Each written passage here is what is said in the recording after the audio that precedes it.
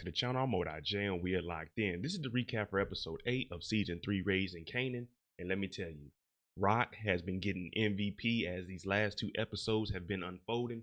And I can only imagine what's ahead of us. But right now, let's break down this episode 8 because people are running around trying to make sure that they are all safe when all of these bodies start turning up and the feds start asking questions. Now, before we jump into this and we give the recap of episode 8, if you like power content, breakdowns, theories, and predictions, recaps, after show discussions, or just a free time to talk about power, then hit your subscribe button and turn on your notification bell so you get something every time I upload. I'm on that road to 50,000 subscribers, so each and every one of you, I appreciate you. And if you don't see this video at 100 likes, hit that like button. Now, in this episode, we start to see a more developed snaps and pops. They're going to start getting into it with Raquel, and this is about to make the season end in a bang. So let's jump into it. This is episode 8, the recap. We start the episode off with the infamous, "We straight up killers, yo." Well, Lulu's been having a lot on his shoulders because of catching all these bodies have really been doing a toll on him. He goes to Raquel's house. He's drunk, he's yelling, and Rock got to bring him in the house before the neighbors come outside and start asking questions about what the hell is actually going on and what does he mean we're straight up killers. Kanan is sitting down with Snaps and Pops and they're asking him questions. They're basically testing him to see where he's at because now that we're in the game moving H and making money, it's a must that we know where your head is at. Now they ask him a question and they also give him a drink, but he denies the drink. And he said, just like your dad DEFCON, he didn't drink, but a lot of people respected him. And you hear Ronnie say he was feared. So the question asked to Kanan, would you rather be feared or respected? And Kanan says it's a trick question. Because if you're feared, people respect you. And if people respect you, they have fear. Juke and Aisha have really became close. You know, you heard Crystal call them puke box and jukebox. Well, they're over here and they're having a little sleepover because they're in a group together. Now, Aisha, she's talking about how she might not be as good as Jukebox and Crystal when it comes to dancing and the moves. But Juke is saying have some confidence. And then she sees Nikki's picture. So she realizes that Jukebox like girls. So Aisha is saying, okay, that's cool. And we can see the bond between these two starting to build because Jukebox has been taken up for Aisha. Marvin has been spying on Kanan because his sister, Rock, told him he's been hanging out with Ronnie. Now, Marvin knew that Kanan was selling a little bit of marijuana, but since he's running with Ronnie, it's got to be more than marijuana. So when Marvin pulls up and he sees this, he's thinking Rock was right about this. So Marvin begins to follow one of the couriers just to see what exactly Kanan and Ronnie are selling in these streets because it was marijuana. But this operation looks a little too big to just be marijuana. Juke gets named the leader of the group. This makes Crystal very, very mad. So Aisha, she's been talking to Kanan, but Kanan's moved on from her ever since the movie incident. And now Crystal has been moving in. Last week we seen that Crystal invited Kanan over and they did what they did.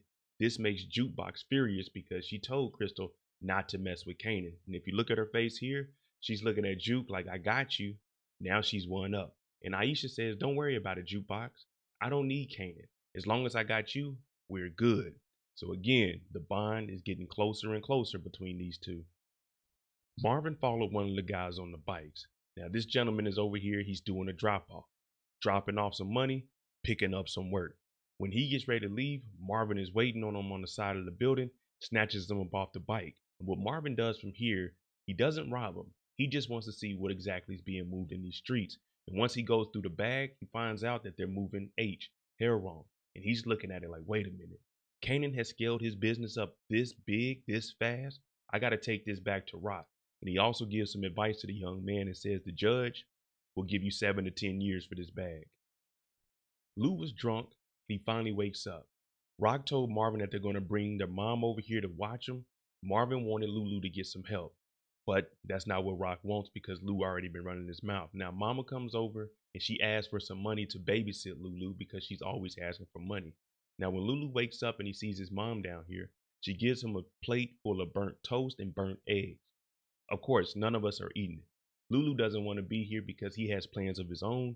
He ends up leaving the house. Now, Mom is saying, you're not supposed to leave, and I'm going to tell Rock. Lou, with no response, leaves the house that's smelling like burnt toast and burnt eggs. On top of Raquel running around, she has 20 new Chinese restaurants, and she goes to talk to this guy named Terry. She's trying to get appliances and a good deal from him so she can start moving work a little more easily and up under the radar.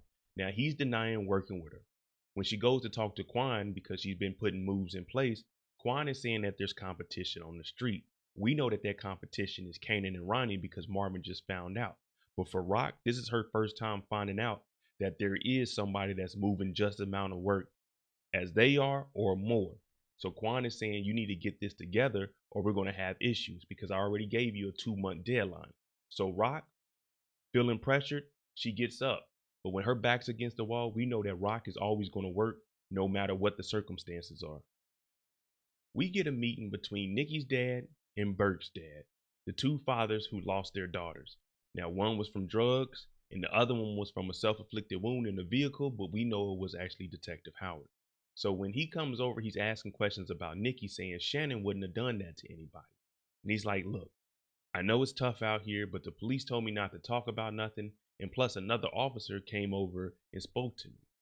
So Shannon's dad is looking like, who was that officer?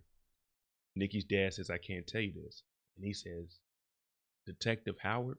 So now Detective Howard is on the radar because both fathers are seeing a connection. Marvin continues to look for Lulu, who ended up going to the studio with Shirley and giving her a cassette.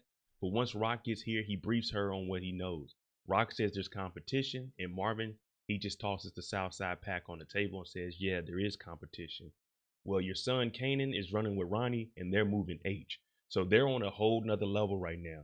And Rock just got information from Quan that's telling her we need to eliminate the competition and make an example out of them. Well, eliminating the competition means she will be eliminating her own son Kanan.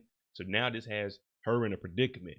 Does she obey the orders of the supplier, or does she figure out a way to get Kanan back up under her roof where she doesn't have to deal with him as competition? Well, the first move that Rock puts in place calls CPS. She calls Child Protective Services to go get Kanan. This will get him off the street because if not, he'll get sent away to a boys' school and he will have a charge. So she shows up and Kanan is at the spot, the trap house, Famous's old apartment with Crystal. Now the lady shows up and says, well, Kanan, you got 24 hours to get home or we're going ahead and ship you away. So Rock, plan 1 is in effect. Plan 2 is showing up to Snaps and Pops and letting them know, hey, stop messing with my son. Now everybody knows each other when it comes to this drug business. Snaps, Pop, OGs.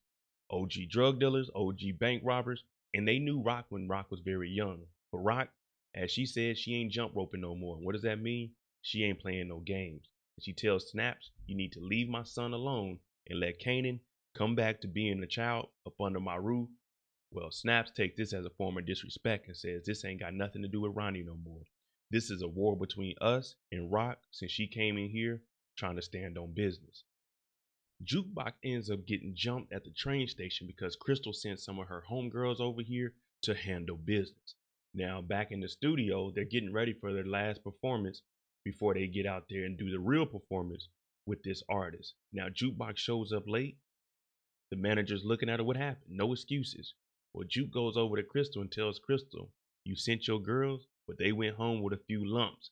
Yeah, they jumped Juke, but Juke made it back, and then Juke handled her business in the rehearsal.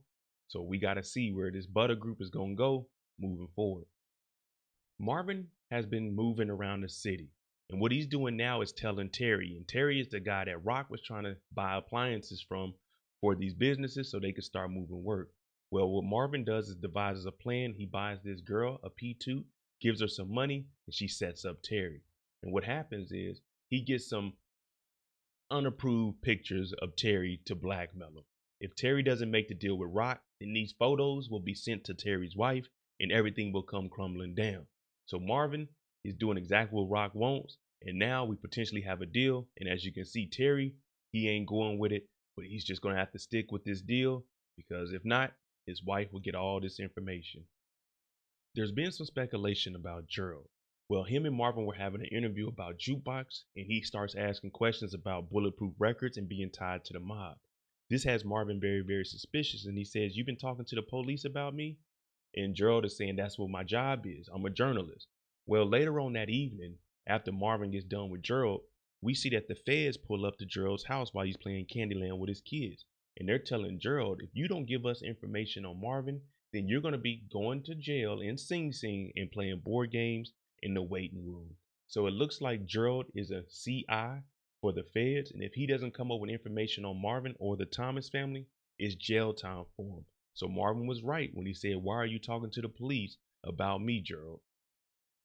Rock has been running around. She went to Joaquin and she's talking to him about her cousin Juliana. Well, Juliana's been doing deals behind his back with Ronnie. Rock gets permission to go handle her business. She shows up, Juliana is drying dishes, and Juliana tries to talk her way out of this. "I got money, I can pay you." But we know that this beef between these two have stemmed for a while. Rock shoots her in the leg and tells her, "I don't ever lose, I always win."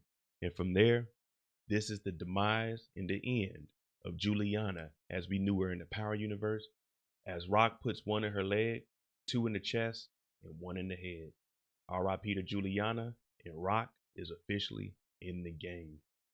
All right, there you go. The recap for episode 8 of Raising Kanan. What was the best moment for you in this episode? Me personally, taking out Juliana, magnificent. I like the cartel, but I like to see Rock even more when Rock is in the streets and not Raquel Thomas. Let me know what you think. I'm Moda J. This is the recap. I'm on that road to 50,000 subscribers. So if I said something that made you go, or made you think, then hit that like button, hit that subscribe button. Thanks for watching. I'm out.